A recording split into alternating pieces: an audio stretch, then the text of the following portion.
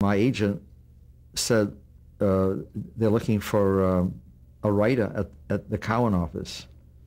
Why don't you go, I'll get the job for you. And he arranged it. What was the show? Can you describe the big surprise? The big surprise?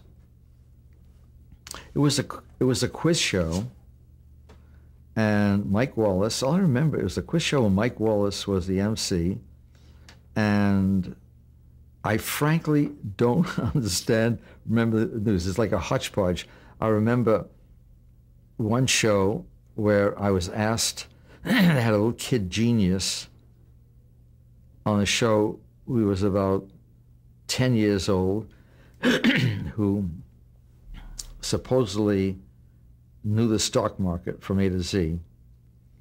And then he asked, it was a big money show, and I remember working with this kid and, making sure he had the answers to the show. Did he know the stock market from A to Z?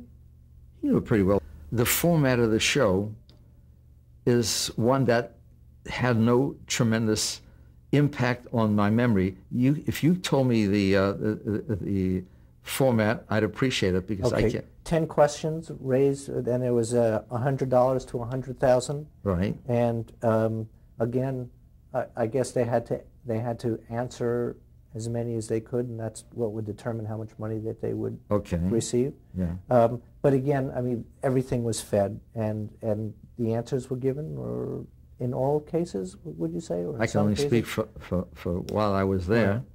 That was my job. What was Mike Wallace's level of awareness of this? I don't know. I have no idea. So you don't know if he knew what I have no idea. But I would assume that when you see these women, you have to understand, and people who have been in quiz shows know, you have to understand the tension and stress. So invariably, when you see someone winning and making out and knowing and being and winning, one would become suspect. One would become a little suspicious. Did you pick winners and losers? Did you not give certain answers to some people and give them to others? On that particular show, it was done from, I think, Mert Copeland.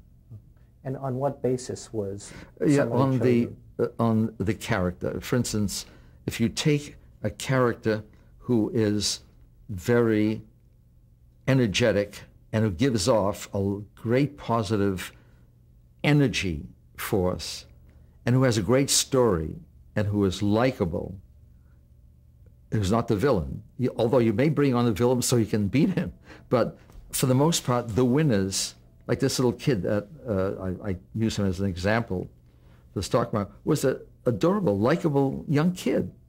And anyone who has a child 10 years old say, God, I'd love to have a kid like that. Well, if you know 10-year-old kids, you can't have them on for a number of weeks, and especially with the stock, and know everything, because that's not the way 10-year-old kids are. So eventually you'd have to knock them off. Yeah. And would they object when they would get knocked off? Well, I'm not quite sure how the resolutions, I don't even remember the resolutions of this particular show. So much, this whole era of quiz shows is such that I really don't want to remember much of this. But you had to make, it was almost as if you were playing God, right? You would decide who would win and who would lose. Mert would. Yeah, Copeland did. And then from what Mert would tell you, you tell me, he said he's gonna win, and so.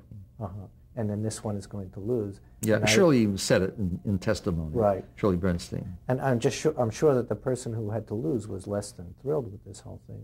And I'm amazed that nobody, once they were told to lose, didn't go running to the press. Well, you have to understand the psychology. First of all, people love to be on television. And if you had a show, you say, you pay us to appear on a television show, you would get thousands, if not more, of people who would pay you to appear on television, okay? Number two, they didn't walk off penniless. They are given money.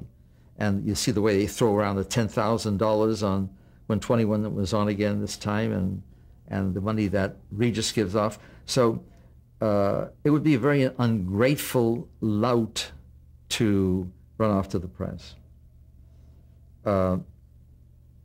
Number three, shows like that aren't on television anymore. Why did you leave The Big Surprise? Because I was going to be producer of a 5 times a week show, and by this time I had a child, I had a baby.